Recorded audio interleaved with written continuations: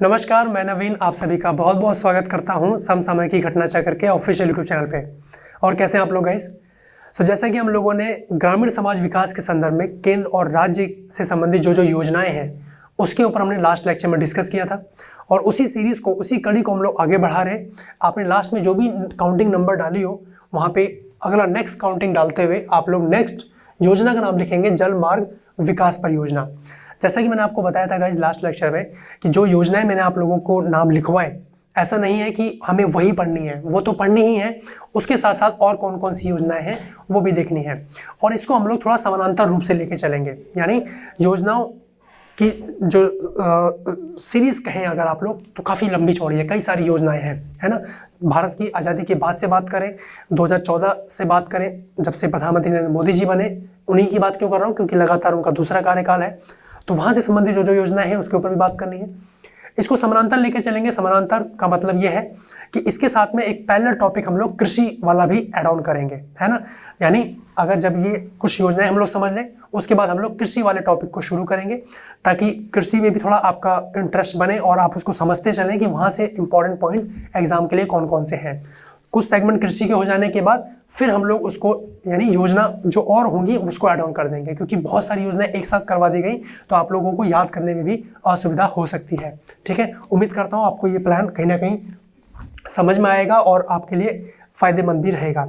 अब देखिए जरा यहाँ पे आपके सामने जो यहाँ पे पॉइंट है, जल मार्ग विकास परियोजना। जल मार्ग विकास परियोजना, जैसा कि मैंने आपको बताया था कि जो भी योजना है, जो भी परियोजना है, योजना का मतलब क्या है कि वो एक निश्चित अवधि के लिए रहेगी।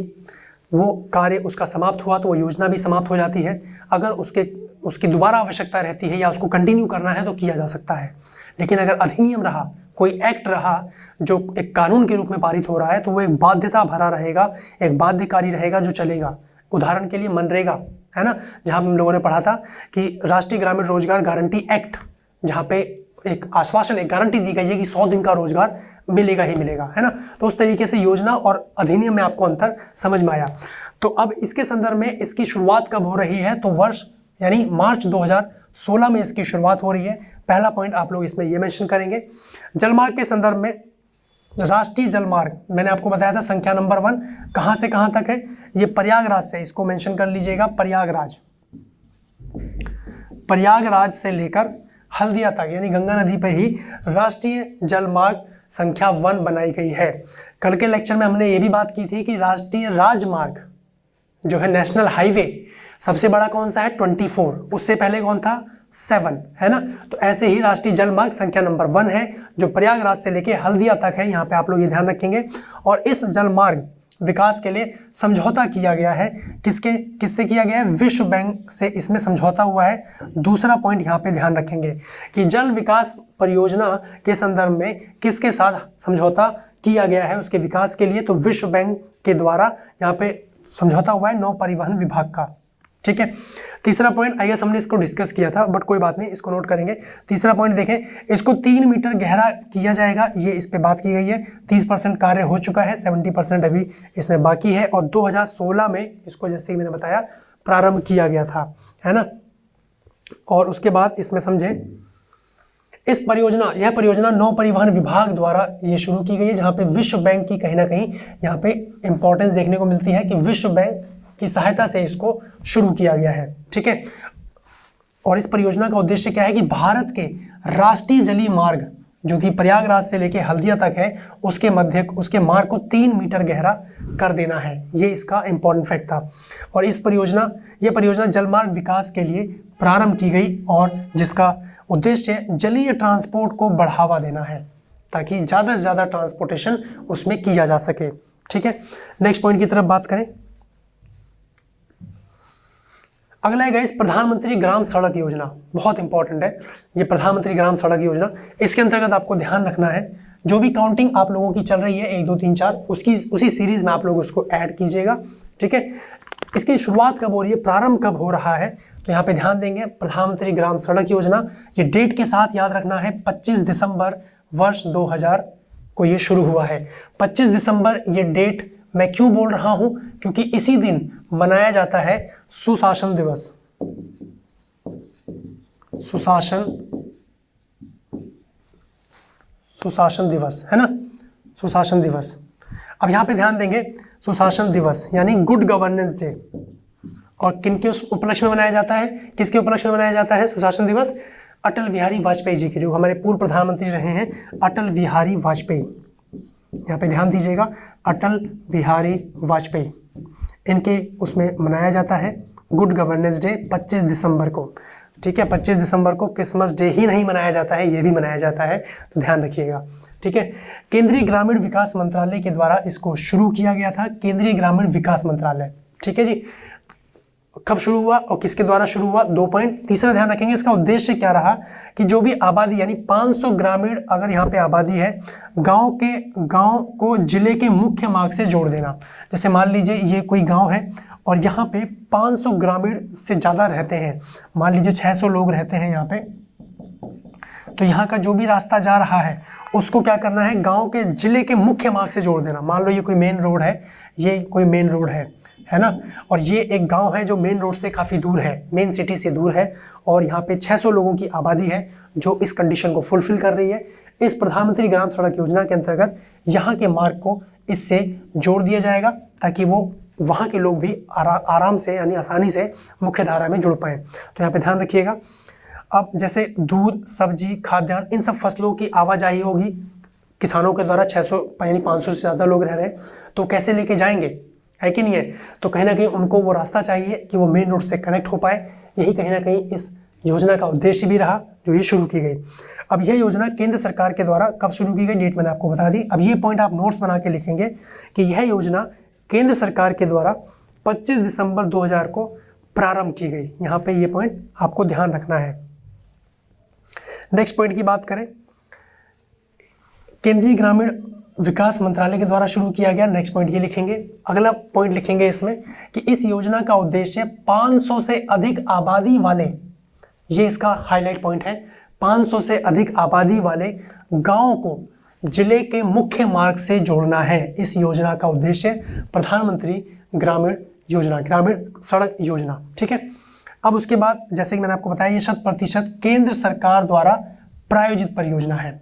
ठीक है जी, इसका स्क्रीनशॉट ले लीजिए और इनको साथ साथ नोट करते चलिएगा। और एक कार्य और कीजिएगा गाइस, डेली का काम डेली, ध्यान से समझिए, डेली का काम डेली, है ना। ऐसा नहीं होना चाहिए कि पहले मैं पूरी क्लास अटेंड कर लूँ, पूरे नोट्स बना लूँ, सारी किताबें बटोर लूँ, तब रिवाइज करूँगा। नहीं, आप आज आपने क्लास अटेंड की, है ना, उसी दिन या 24 घंटे के अंदर उसको रिवाइज कीजिए, फिर 3 से 4 दिन के बाद फिर रिवाइज कीजिए, है ना, क्योंकि उससे क्या होगा, बर्डन आपका कम होता जाएगा। जब एग्जाम यानी जब क़यामत वाला दिन आएगा, परीक्षा वाला, तो उस दिन कहीं ना कहीं आप लोग तैयार होंगे, आपको बर्डन नहीं रहेगा, अब ये रह रहा है वो रह रहा है, इस तरीके से। तो डेली का काम डेली करना है, बहुत बर्डन नहीं है, बहुत आसान है, बस अपने आप में विश्वास रखें और चीज़ों को समझते चलें। चलिए नेक्स्ट योजना देखते हैं। इन काउंटिंग पे ध्यान नहीं दीजिएगा, आप अपने अनुसार, मैंने जैसे कि कहा, काउंटिंग को मेंशन करते चलेंगे कि क्या सीक्वेंस चल रहा है। ठीक है, अगली जो योजना है वो है सौभाग्य योजना। कौन सी योजना है गाइस? सौभाग्य योजना। जहां मैंने डेट लिखी है आप लोगों के लिए, वो डेट आप लोगों को छोड़नी नहीं है। ठीक है, तो देखिए, पंडित दीनदयाल उपाध्याय यानी 25 सितंबर 2017 को इनकी जयंती पर इसको प्रारंभ किया गया। पंडित दीनदयाल उपाध्याय की जयंती पर सौभाग्य योजना को प्रारंभ किया जा रहा है। वो डेट याद रखनी है, 25 सितंबर 2017। प्रश्न 2 बन सकते हैं कि सौभाग्य योजना कब शुरू की गई, ये पहला प्रश्न। दूसरा, दीनदयाल उपाध्याय की जयंती कब प्रारंभ होती है, दूसरा प्रश्न, है ना। फैक्चुअल प्रश्न रहेगा, उसके लिए भी आपको तैयार रहना है। अब देखिए, जो सौभाग्य योजना है ये विद्युत मंत्रालय के द्वारा प्रारंभ की गई। पहला पॉइंट तो ये ध्यान रखना है। दूसरा पॉइंट ध्यान रखना है, किसके द्वारा शुरू की गई है, विद्युत मंत्रालय के द्वारा सौभाग्य योजना का शुभारंभ किया गया है। यानी इसका मूल नाम क्या है, इसका मूल नाम सहज हर घर बिजली योजना। सहज हर घर बिजली योजना का संबंध किससे है गाइस, तो आपको ध्यान रखना है सौभाग्य योजना से है। क्लियर है यहाँ तक? ठीक है, अब 500 रुपये में, अब ये आपके लिए इंपॉर्टेंट फैक्ट है, 500 रुपये में विद्युत कनेक्शन प्रदान किया जाएगा इसके अंतर्गत, ताकि ग्रामीणों, जो भी ग्रामीण क्षेत्र हैं उनको जोड़ा जा सके। 500 रुपये में कनेक्शन का प्रावधान इसके अंतर्गत किया गया है।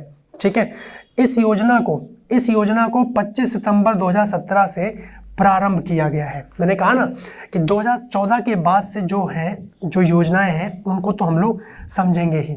अभी जैसे कि रिसेंटली अभी कुछ समय बाद बजट पेश किया जाएगा, उसमें भी कई संभावित योजनाएं होंगी।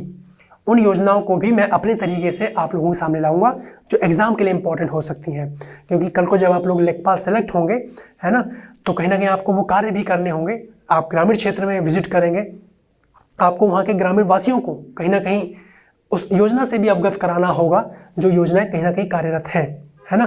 तो 25 सितंबर 2017 ये पॉइंट यहाँ पे आप लोग ध्यान रखेंगे, इसका स्क्रीनशॉट ले लीजिए। चलिए अब इसी तरीके से नोट्स बनाइएगा, जैसे पहला पॉइंट आप लोगों ने लिखा कब शुरू की गई, उसके बाद यह योजना, नेक्स्ट पॉइंट लिखेंगे, यह योजना पंडित दीनदयाल उपाध्याय की जयंती के अवसर पर इसको प्रारंभ किया गया। नेक्स्ट पॉइंट लिखेंगे आप लोग। उसके बाद नेक्स्ट पॉइंट लिखेंगे कि यह योजना विद्युत मंत्रालय के द्वारा ग्रामीण विकास के लिए, किसके लिए गाइस, ग्रामीण विकास के लिए प्रायोजित रही। ठीक है, सौभाग्य योजना की बात हो रही है। उसके बाद इस योजना का मूल उद्देश्य 500 रुपए में विद्युत कनेक्शन को प्रदान करना है। 500 रुपीज़ ग्रामीण निवासी जो भी है ग्रामीण क्षेत्र में वो पे करें और एक नया कनेक्शन अपने नाम पे ले लें। ठीक है, अब यह योजना वर्ष 2011 की सामाजिक, आर्थिक व जाति जनगणना के आधार पर लागू की गई है। यानी 2011 में जो सेंसस हुआ, ये टॉपिक भी हम लोगों को पढ़ना है, 2011 की जनगणना, ये हम लोग यूपी स्पेशल में पढ़ेंगे, है ना, क्योंकि हर बार यहाँ से प्रश्न देखने को मिलता है। और लास्ट परीक्षा में भी यही रहा, जो लेखपाल की रही, वहाँ पे भी सेंसस से सवाल देखने को मिले, है ना। उसमें मैं आप लोगों को एक ग्राफ, बस एक ही पेज का एक ग्राफ बनवाऊंगा, वो आपको याद रखना है, उसी को याद रखना है बस, क्योंकि सारे प्रश्न आपको वहाँ से मिल जाएंगे। बहुत इंटरेस्टिंग तरीके से हम लोग उसको समझेंगे। अब इस योजना के अंतर्गत देखिए क्या क्या दिया गया। 500 रुपये देगा कस्टमर, जो भी ग्रामीण निवासी है, क्या मिलेगा उसको, कनेक्शन मिलेगा। उस कनेक्शन में 5 LED लाइट मिलेंगी, DC यानी पंखा मुफ्त मिलेगा और एक पावर प्लग मिलेगा। यानी ये इस योजना के अंतर्गत है। ठीक है, ये आपको पता होना चाहिए, इसको आप नोट कर लीजिए। नेक्स्ट पॉइंट की तरफ बात करें, बेटी बचाओ बेटी पढ़ाओ योजना। ये आपने बहुत सुना होगा गाइस, है ना, एग्जाम के लिए भी कहीं ना कहीं केंद्र का बिंदु रहता है इस तरीके की जो योजनाएं हैं। ठीक है, बेटी बचाओ बेटी पढ़ाओ 2011 की जनगणना के अनुसार ये देखा गया कि जो हरियाणा क्षेत्र है वहाँ पे कहीं ना कहीं लिंग अनुपात क्या होता है कि 1000 पुरुषों पर कितनी महिलाएं हैं, यानी महिलाओं की संख्या, अगर 1000 पुरुष हैं तो उसमें कितनी महिलाएं हैं, ये बताता है लिंग अनुपात, है ना। क्या बताता है गाइस, लिंग अनुपात। और ये देखने को मिला कि जो 2011 की जनगणना रही उसमें सबसे कम लिंग अनुपात हरियाणा का देखने को मिला 2011 की जनगणना के बाद, है ना। लेकिन कहीं ना कहीं अब आप देखते हैं कि हरियाणा की अधिकांश जो फीमेल कैंडिडेट हैं, महिलाएं हैं, वो अग्रसर हैं, आगे बढ़ रही हैं और देश का नाम रोशन कर रही हैं, है ना। जिसमें आपने एक मूवी देखी अभी रिसेंटली, दंगल, है ना, फोगाट, है ना। तो कहीं ना कहीं ये है बेटी बचाओ बेटी पढ़ाओ, यानी अब बेटी को बचाना है, उनको पढ़ाना है। ठीक है, तो ये योजना कब शुरू की गई, पहला पॉइंट तो ये ध्यान रखेंगे, प्रारंभ कब की गई है, 22 जनवरी 2015 ईस्वी को, यानी 22 जनवरी 2015 को ये शुरू हुई। ठीक है, और कौन से राज्य में, दूसरा पॉइंट ध्यान रखेंगे, हरियाणा और पानीपत। ठीक है, अब देखिए होता क्या है कि पहले लिंग अनुपात की बात करें तो जो कि भ्रूण हत्या, जैसे कि आप जानते हैं कि पहले से ही चेक करवा लिया जाता है कि बेबी बॉय है, बेबी गर्ल है, तो कहीं ना कहीं वो ज़्यादा केस वहाँ देखने को मिले कि भ्रूण हत्या का मामला सामने लगा। वैदिक जो रूढ़िवादी वहाँ पे देखने को मिली, जो समानता नहीं थी, वहाँ पे भ्रूण हत्या का मामला आया, जहाँ पे लिंग परीक्षण करा लिया जाता था। महिला शिक्षा की बात करें तो शिक्षित कराने की बात हो रही है, और महिला संपूर्ण विकास की बात करें ताकि वो आत्मनिर्भर बन सके। यहाँ पे ये आप डायमेंशन थोड़ा ध्यान रखिएगा। उसके बाद देखें, जो नेक्स्ट पॉइंट आपको ध्यान रखना है, इस योजना को प्रधानमंत्री के द्वारा हरियाणा के पानीपत जिले से प्रारंभ किया गया। हरियाणा के कौन से जिले से, तो पानीपत जिले से ये शुरू किया गया है। ठीक है जी, बेटी बचाओ बेटी पढ़ाओ वर्ष 2015, डेट है 22 जनवरी। क्लियर है यहाँ तक।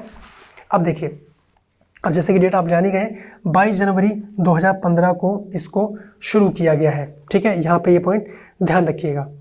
अब इस योजना का जो मुख्य उद्देश्य रहा वो क्या था कि बच्चों की रक्षा करना, महिला व बच्चों की रक्षा करना, भ्रूण हत्या को रोकना, जो कानून अपराध है जो चेक करवा लिया जाता है कि भाई बेबी बॉय है बेबी गर्ल है, उसको रोका जा सके, है ना, उसको रोकना कहीं ना कहीं इस योजना का मुख्य उद्देश्य रहा, बेटी बचाओ बेटी पढ़ाओ। अब यहाँ पे देखिए लिंग आधारित हिंसा को रोकने की दिशा में प्रारंभ किया गया ये महत्वपूर्ण एक योजना इसके अंतर्गत सामने आई है, बेटी बचाओ बेटी पढ़ाओ, 22 जनवरी 2015। क्लियर है यहाँ तक? 22 जनवरी 2015, इसका स्क्रीनशॉट ले लीजिए आप लोग। नेक्स्ट पॉइंट की तरफ हम लोग बात करते हैं। प्रधानमंत्री उज्ज्वला योजना, नाम सुना होगा आप लोगों ने, है ना। जैसे कि मैंने आपको बताया कि योजनाएं बहुत सारी हैं, बट कुछ लिमिटेड योजनाओं के ऊपर भी हम लोग बात करेंगे, फिर एक नए टॉपिक की तरफ मूव करते हुए फिर बीच में हम लोग योजनाओं को लाएंगे, है ना। ऐसा ना हो कि पता चला है कि सारे नोट्स आपकी योजनाओं से भर गए और फिर आप लोग डिस्टर्ब रहे। तो नाम से पता लग रहा है गाइस, उज्ज्वला योजना की बात हो रही है, उज्ज्वला योजना। अब जरा पहले एक चीज समझिए, शुरू कब हो रहा है। पहला पॉइंट ध्यान रखना है, 1 मई 2016 को, 1 मई 2016 को, 1 मई को एक दिवस मनाया जाता है जो आपको ध्यान रखना है, लेबर डे। कौन सा दिवस मनाया जाता है? लेबर डे मनाया जाता है 1 मई को। ठीक है जी, ये मैंने क्यों बताया, so that you guys can remember. Labour मतलब जो मजदूर लोग हैं, जो गरीब लोग हैं, उनको कहीं ना कहीं उज्ज्वला योजना के माध्यम से लाभान्वित किया जा सके, ऐसे याद रखने के लिए आप लोग याद रख सकते हैं। और कहाँ से इसको शुरू किया गया, दूसरा पॉइंट ध्यान रखेंगे, उत्तर प्रदेश के बलिया से शुरू किया गया है। उत्तर प्रदेश के बलिया से शुरू किया गया है। और बलिया क्या है? उत्तर प्रदेश का, ध्यान रखेंगे, बलिया क्या है? उत्तर प्रदेश का सबसे पूर्वी जिला, उत्तर प्रदेश का सबसे पूर्वी जिला है। ठीक है जी, सबसे पूर्वी जिला उत्तर प्रदेश का कौन सा है? बलिया। उसके बाद कहाँ शुरू हुआ है? बलिया में हुआ है। उसका संबंध किससे है? देखिए अधिकांश लोग उज्ज्वला योजना का संबंध एलपीजी गैस से लगा देते हैं कि भाई इसमें तो गैस का वितरण है, वो तो है ही है, लेकिन ऐसा नहीं है। प्रश्न कैसे रहेगा, मैंने आपको कल के लेक्चर में भी बताया था कि प्रश्नों का स्तर बढ़ा हुआ देखने को मिल सकता है। तो एलपीजी यानी प्रधानमंत्री उज्ज्वला योजना का संबंध किससे है? तीसरा पॉइंट ध्यान रखेंगे, स्वास्थ्य से संबंधित है, पर्यावरण से संबंधित है, खाना बनाने यानी स्वच्छ ईंधन से संबंधित है, और एलपीजी कनेक्शन से संबंधित है। एलपीजी कनेक्शन से संबंधित है। ये 4 चीजें आप लोग ध्यान रखिएगा। बीपीएल परिवार को मुफ्त कनेक्शन दिए गए हैं। बीपीएल मतलब बिलो पॉवर्टी लाइन, गरीबी रेखा के जो नीचे लोग हैं उनको मुफ्त कनेक्शन यहाँ पे दिए गए हैं। अब यहाँ पे एक चीज, एक प्रश्न और बन सकता है जो आपको ध्यान रखना है। देखिए 4 चीजें जान गए, स्वास्थ्य, पर्यावरण, खाना बनाने, एलपीजी कनेक्शन, है ना। एलपीजी देखिए स्वास्थ्य कैसे सही होगा भाई, आप देखते हैं ग्रामीण क्षेत्र में चूल्हे वगैरह में खाना बनाया जाता है तो कई बार उपला जलाया जाता है, लकड़ी जलाया जाता है, तो उससे जो धुआं निकल रहा है स्वास्थ्य खराब हो रहा है। उसके बाद पर्यावरण की हानि तो हो ही रही है गाइस, है ना। और उसके बाद खाना बनाने में यानी स्वच्छ ईंधन का भी प्रयोग होगा, किसके माध्यम से? एलपीजी कनेक्शन के माध्यम से। बीपीएल परिवार को मुफ्त कनेक्शन दिया जाएगा। अब जो बीपीएल परिवार है, ध्यान दीजिएगा, इसको इंग्लिश में बोलते हैं बिलो पॉवर्टी लाइन। क्या बोलते हैं? बिलो पॉवर्टी लाइन यानी गरीबी रेखा के नीचे। क्या बोला जाता है? गरीबी रेखा के नीचे जो भी है। यानी ये कंसेप्ट बिलो पॉवर्टी लाइन वाले कंसेप्ट को कौन सी समिति लेके आई थी, ये इंपॉर्टेंट प्रश्न है, प्रीवियस टाइम में लेखपाल भर्ती में पूछा जा चुका है। तो बिलो पॉवर्टी लाइन ये सेगमेंट कौन लेके आया, तो यहाँ पे आप लोगों को ध्यान रखना है, मैं यहाँ पे लिख दे रहा हूँ, हाशिम समिति। कौन सी लेके आई है? हाशिम समिति। ठीक है जी, हाशिम समिति बिलो पॉवर्टी लाइन ये लेके आई। अब यहीं से रिलेटेड एक प्रश्न और बन जाता है, पहले इसका आप स्क्रीनशॉट लीजिए।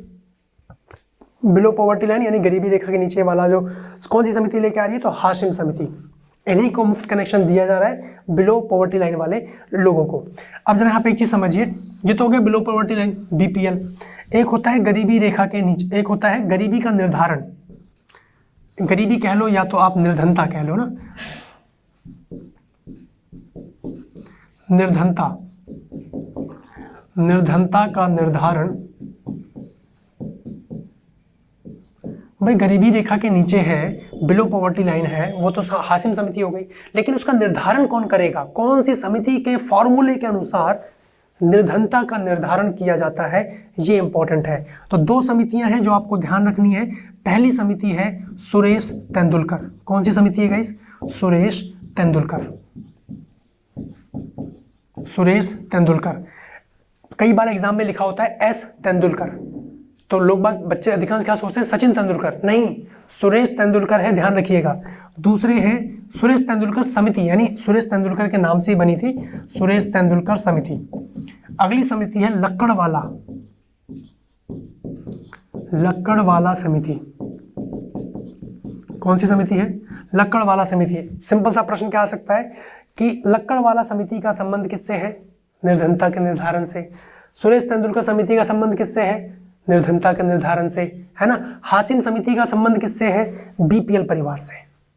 क्लियर है? देखिए कितने सारे प्रश्न यहाँ से कनेक्ट हो सकते हैं। चलिए इसका स्क्रीनशॉट लीजिए। नेक्स्ट पॉइंट के ऊपर बात करते हैं हम लोग।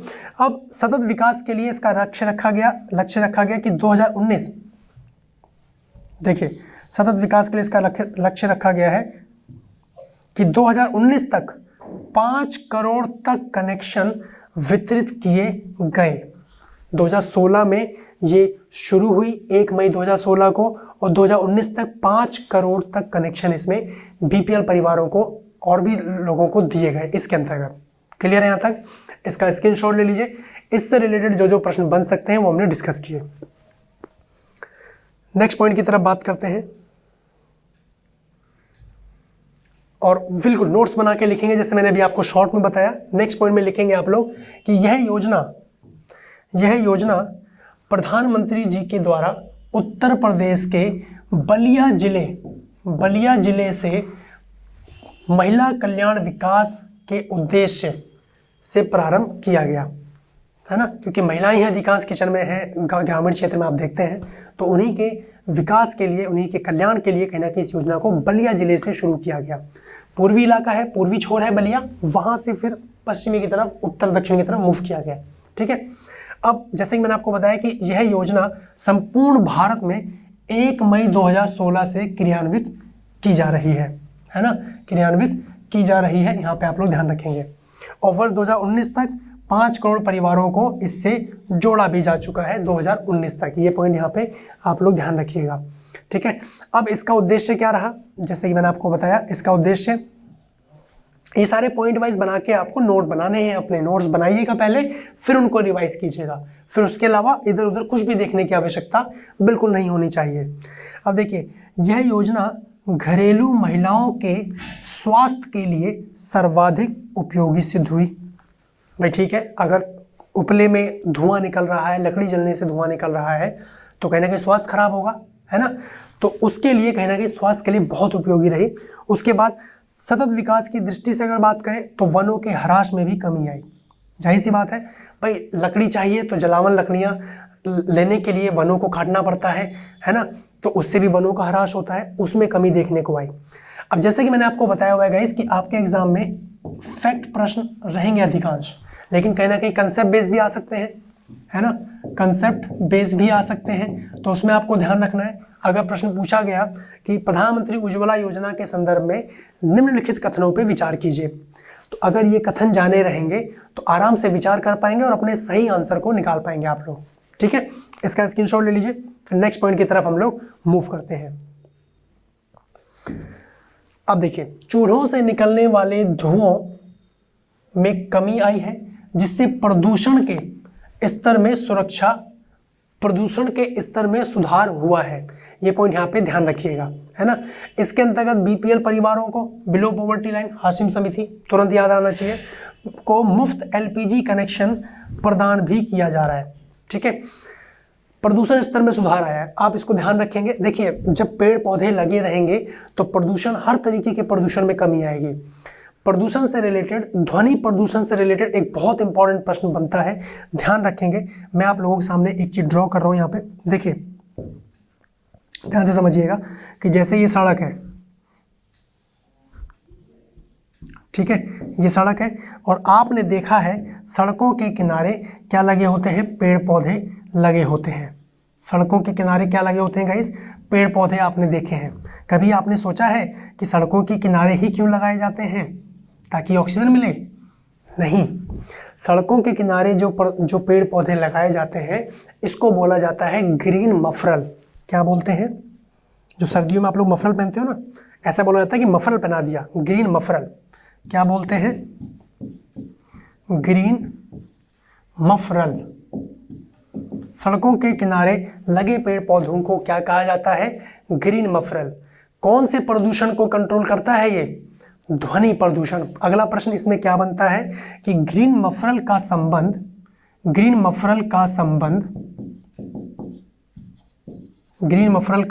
किससे है? तो आप लोग ध्यान रखेंगे, ध्वनि प्रदूषण से। किससे है? ध्वनि प्रदूषण से इसका संबंध है ग्रीन मफरल का। ठीक है जी। अब जाहिर सी बात है, पेड़ पौधे लगाए जाएंगे तो कहीं ना कहीं प्रदूषण का स्तर में सुधार भी होगा, और जो एलपीजी जो उज्ज्वला योजना है उससे भी कहीं ना कहीं काफ़ी हद तक ये लाभ देखने को मिला। तो ये पॉइंट आप लोग बादल बना के नोट करेंगे साइड में। ठीक है, इसका स्क्रीनशॉट लीजिए। नेक्स्ट पॉइंट की तरफ हम लोग मूव करते हैं। आइए, काउंटिंग अपने हिसाब से आप लोग मेंशन कर रहे हैं, उम्मीद कर रहा हूं। अगला जो पॉइंट है आप लोगों के सामने, सांसद आदर्श ग्राम योजना। सांसद आदर्श ग्राम योजना, देखिए इसको प्रारंभ किया गया कहां से? नरेंद्र मोदी जी जब आए 2014 में, ये सांसद क्षेत्र था इनका वाराणसी। अभी भी है सांसद क्षेत्र, है ना। 2019 के जो इलेक्शन हुए उसमें भी सांसद क्षेत्र इनका वाराणसी रहा, वहीं से उन्होंने इलेक्शन भी लड़ा। ठीक है, अब इसका उद्देश्य क्या था सांसद आदर्श ग्राम योजना का? ताकि अवसंरचना का विकास हो सके। अभी जो एक टर्म आप लोग देख पा रहे हो, अवसंरचना, है ना, चाहे ग्रामीण अवसंरचना की बात हो, सामाजिक अवसंरचना की बात हो। अब ये अवसंरचना का मतलब होता क्या है, पहले उसको समझते हैं। देखिए, अवसंरचना के अंतर्गत कई सारी चीजें आती हैं, चाहे वो जल हो, खाद्य हो, बिजली हो, डाक हो, सड़कें हो, बैंक हो, कोई भी चीज जिससे गांव का विकास होता है, वो आदर्श ग्राम योजना। अब इसमें क्या बोला गया आदर्श ग्राम योजना के अंतर्गत कि भैया जो भी सांसद है वो कम से कम गांव को गोद ले, यानी उनको जोड़े अपने साथ। हर एक सांसद अपने क्षेत्र से कम 2 गांवों को गोद ले, ऐसा इस योजना के अंतर्गत रहा। तो 2014 में शुरू हुई, जहां पे सांसद क्षेत्र वाराणसी रहा मोदी जी का। 2014 में 2 गांव को जोड़ा गया, 2016 में 3 गांव हुए, 2019 में 5 गांव हुए। इसी क्रम में ये क्रम बढ़ता रहा, और उसके बाद पहले इसका स्क्रीनशॉट लीजिए, है ना। इस तरीके से कई गांव इसमें जोड़े गए ताकि उसमें उनको गोद लिया जा सके। अब आइए, अब एक एक पॉइंट बना के आप लोग इसमें अपने नोट्स बनाइएगा। पहला पॉइंट देखें कि इस योजना को अक्टूबर 2014 में, अब ये मंथ के साथ में आपको वर्ष याद रखना है, अक्टूबर 2014 में प्रधानमंत्री नरेंद्र मोदी जी के द्वारा अपने संसदीय क्षेत्र वाराणसी से इसको प्रारंभ किया गया। ठीक है जी, सांसद आदर्श ग्राम सांसद जो योजना है उसके बारे में आप लोग ध्यान रखेंगे। अब यह योजना, इस योजना में वाराणसी का पहला गांव जयापुरा को गोद लिया गया। मैंने जैसे कि आपको बताया ताकि उसको विकसित किया जा सके। कौन सा गांव लिया गया गाइस? जयापुरा। कहाँ का? वाराणसी का। वाराणसी सांसद क्षेत्र मोदी जी का रहा। ठीक है, अब उसके बाद नेक्स्ट पॉइंट लिखेंगे, इस योजना का उद्देश्य 2016 तक प्रत्येक सांसद द्वारा एक गांव को गोद लेकर उसका विकास करना था। भाई जैसे कोई व्यक्ति किसी बच्चे को गोद लेता है तो उसका विकास होता है ना, चाहे शारीरिक रूप से हो, मानसिक रूप से हो, शैक्षणिक रूप से हो, कई सारे रूप से। तो उसी तरीके से कोई सांसद एक गांव को गोद लेगा और उसका फिर विकास करेगा। 2016 तक ये बात यहाँ पे सामने आई। फिर 2019 तक 3 गांवों को गोद लेकर उसका विकास करने का कार्य किया गया। ठीक है, अब 2024 तक, अब ये बोला गया है कि 2024 तक 5 गांव को गोद लेकर उसका विकास किया जाएगा। यानी कोई भी सांसद है, उसका कोई संसदीय क्षेत्र है तो वो 5 गांव को गोद ले, उससे उसकी लोकप्रियता भी बढ़ेगी, वहाँ उसके अनुसार वो कार्य करेगा, अच्छा कार्य करेगा, तो अगली बार जब इलेक्शन होगा तो जनता उसी को दोबारा चुनेगी, है कि नहीं है भाई। विकास को ही तो वोट दिया जाएगा जो विकासात्मक कार्य चलेंगे। 2024 तक 5-5 गांव को गोद लेने का विकास का कार्य इसमें किया गया। इसका स्क्रीनशॉट लीजिए। और जैसे कि आप लोग नाम जान पाए, सांसद आदर्श ग्राम योजना है ना, एक आदर्श ग्राम बनाना है गांव को गोद लेके। शुरू कब हो रहा है? अक्टूबर 2014।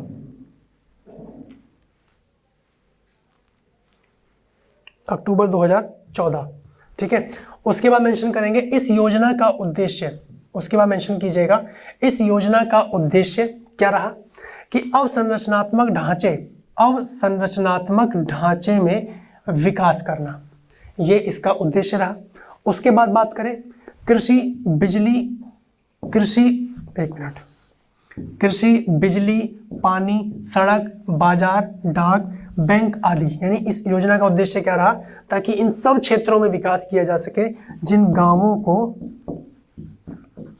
गांवों को गोद लिया जा रहा है, जिन गांवों को गोद लिया जा रहा है।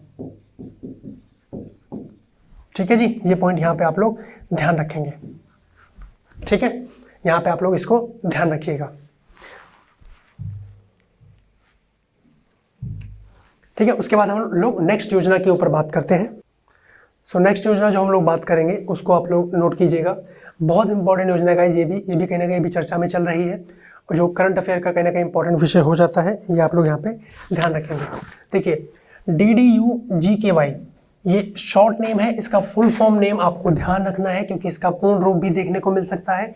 दीनदयाल उपाध्याय ग्रामीण कौशल योजना, दीनदयाल उपाध्याय ग्रामीण कौशल योजना, इसको हिंदी में भी लिख लीजिएगा, दीनदयाल उपाध्याय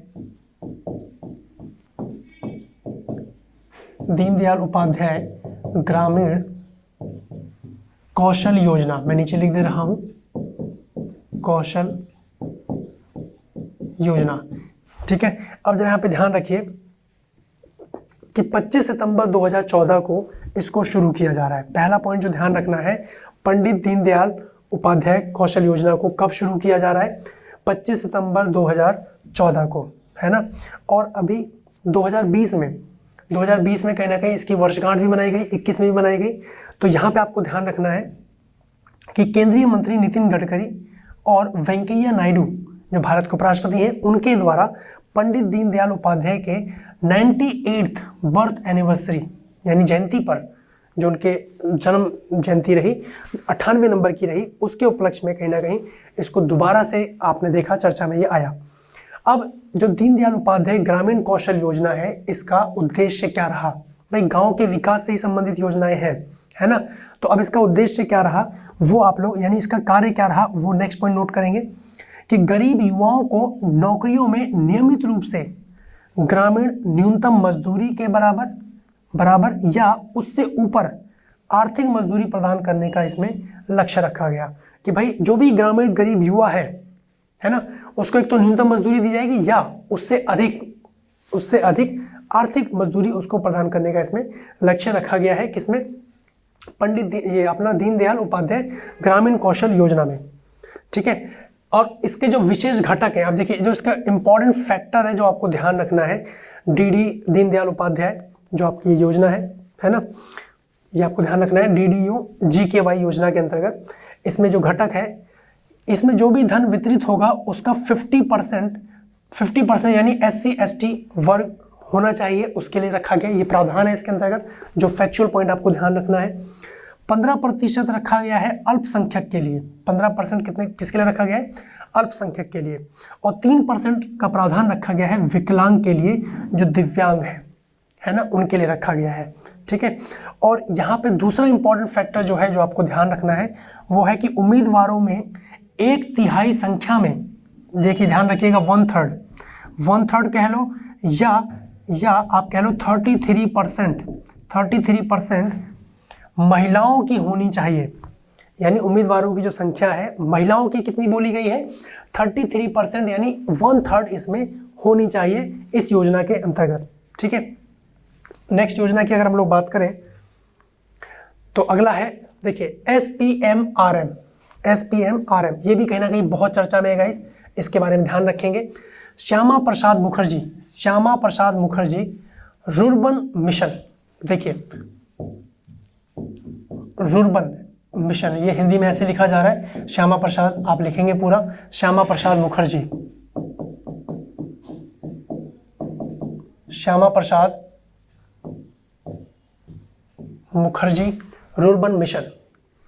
अब ये क्यों चर्चा में है, इसके अंतर्गत क्या क्या प्रावधान है उसके बारे में जाने कि चर्चा में क्यों है। पहली बात, SPMRM इसकी 4वीं यानी 4th जो वर्षगांठ है ये 21 फरवरी 2020 को बनाई गई, ठीक है। और इसको शुरू कब किया गया था, जो इंपॉर्टेंट पॉइंट आपको ध्यान रखना है वो ये है कि 21 फरवरी 2016 को इसको शुरू किया गया और 21 फरवरी 2020 को इसकी 4थी वर्षगांठ मनाई गई। इस बारे ये चर्चा में भी रहा। और इस मिशन के तहत स्थान संबंधी नियोजन के जरिए क्लस्टर आधारित स्वीकृत विकास पर फोकस किया गया। इसका फोकस क्या था, क्लस्टर आधारित था, तो ध्यान रखेंगे। उसके बाद इसके तहत देश भर के ऐसे ग्रामीण क्षेत्रों में ग्रामीण क्लस्टरों की पहचान की जानी है जहां शहरी घनत्व में वृद्धि हो रही है, यानी मेन पॉइंट इसमें यही रखा गया श्यामा प्रसाद मुखर्जी रुर्बन मिशन के अंतर्गत। यहाँ पे सबसे इंपॉर्टेंट प्रश्न क्या देखने को आ सकता है, इसकी शुरुआत कब हुई, ये इंपॉर्टेंट फैक्टर आपको इसमें ध्यान रखना है, ठीक है।